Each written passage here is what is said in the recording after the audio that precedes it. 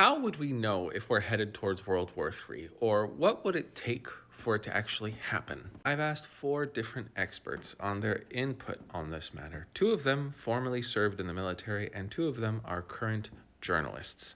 2 are quite conservative, and the other 2 are, at the very least, center left. The first is journalist Joey Contino, and he goes to the question of how do we know World War III already hasn't started? What it would take for us to have a World War III is one of those questions in which it's hard to answer because some suggest we're already there. If you look at the beginning of World War II, the Minsk Agreement versus Munich Agreement, etc. But really, there's 3 things. One is military powers firing at each other, with Russia firing at NATO or vice versa.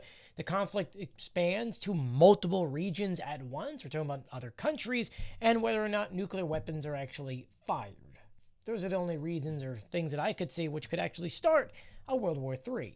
Now, Joey covers the immediate causes of a potential World War III, but Chad Scott goes more into what would have to happen to the United States in order for such a thing to be possible. So the only way I see World War III happening is if the United States starts it or is so weak and distracted it can't prevent World War III.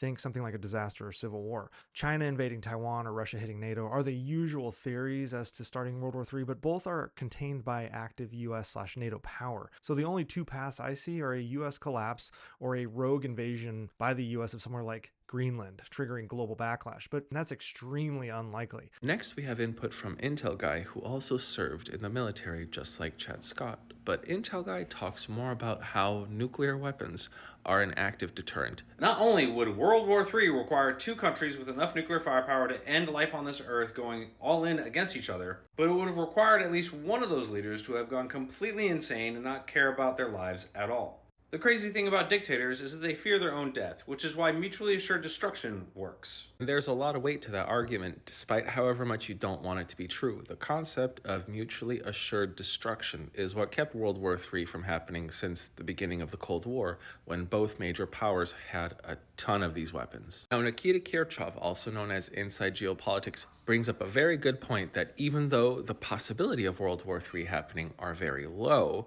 it's never zero because mistakes do happen. Well, the chances of World War III are low, but they are never zero. And that's because mistakes happen.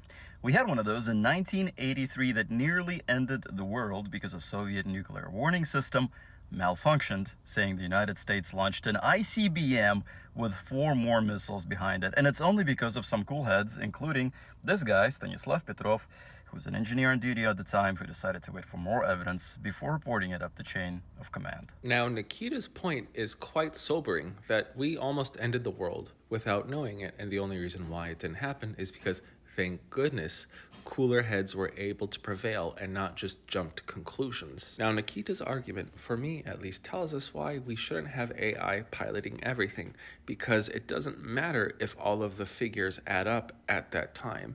Sometimes more human guidance and wisdom are required for very sensitive decisions. If you've been following me for a while, you've seen quite a few posts about how I detail we are not heading towards World War III. I'll just say one point. There is not one country on this planet that can produce and manage the scale of warfare comparable to the United States, and that on its own is the deterrent for World War III. I am the Geo Husar, and you should be following each of the creators who helped me make this post. Thanks for watching.